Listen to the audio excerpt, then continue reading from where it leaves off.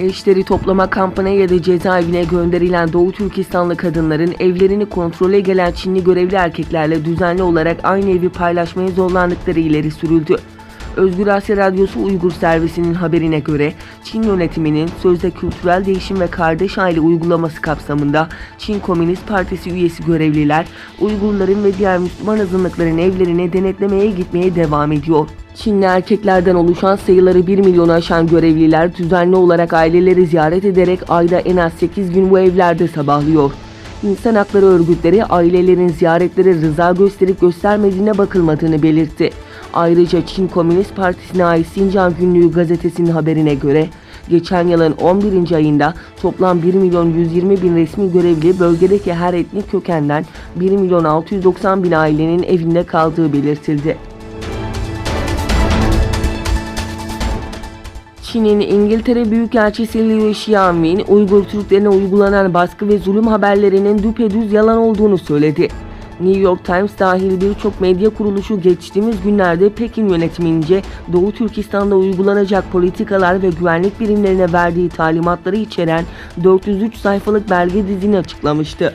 2010 yılından beri Londra Büyükelçisi olarak görev yapan Xiaomin yaptığı açıklamada böyle bir belgenin olmadığını kesin bir şekilde söyleyebilirim. Tüm bunlar tamamıyla uydurma diye konuştu. Pekin yönetimi yayımlanan belgelerin varlığını yalanlamamış ancak bu belgelerin gerçeklere karşı kör, sağır ve cımbızlama yorum çalışması olduğunu öne sürmüştü. Uygur ve Kazak Türklerinin Doğu Türkistan'daki durumu ile ilgili Rus raporları yayınlandı. Raporda Doğu Türkistan'daki durumun George Orwell'ın 1984 romanından daha vahim olduğu açıklandı. Zarina Zabriski'nin Doğu Türkistan'da yaşanan olaylara dair Rus raporu tercümesinin özeti Byline Times sitesinde paylaşıldı. Raporda Uygur ve Kazak Türklerinin vahim durumu anlatıldı. 12 ile 65 yaş arası bütün Uygur ve Kazak Türkleri biyometrik yüz fotoğrafı, vücut fotoğrafı, DNA örneği, ses örneği vermek zorunda olduğu, her 300 metrede bir kontrol noktaları olduğu vurgulandı.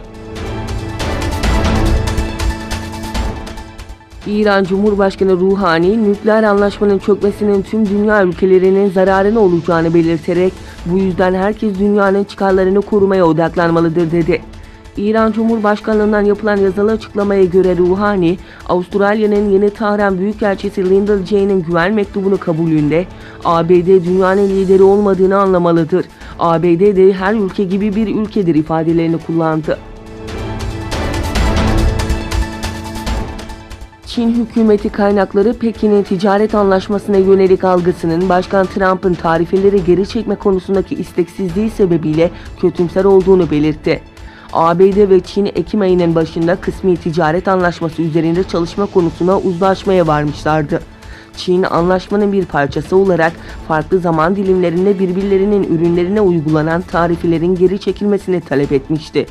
Trump yönetimi 500 milyar dolardan daha fazla Çin ürününe tarife koyarken Pekin 110 milyar dolar değerindeki ABD ürününe ek vergi koydu.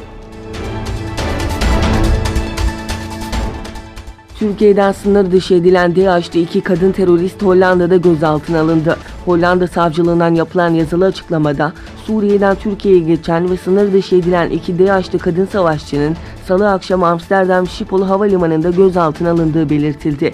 Açıklamada 3 ve 4 yaşlarında çocuğu bulunan 25 yaşındaki DAEŞ'li kadının Ekim sonunda Hollanda'nın Ankara Büyükelçiliğine başvurduğu, diğer kadının ise Ocak 2018'de Türkiye'de gözaltına alındığı bilgisi paylaşıldı.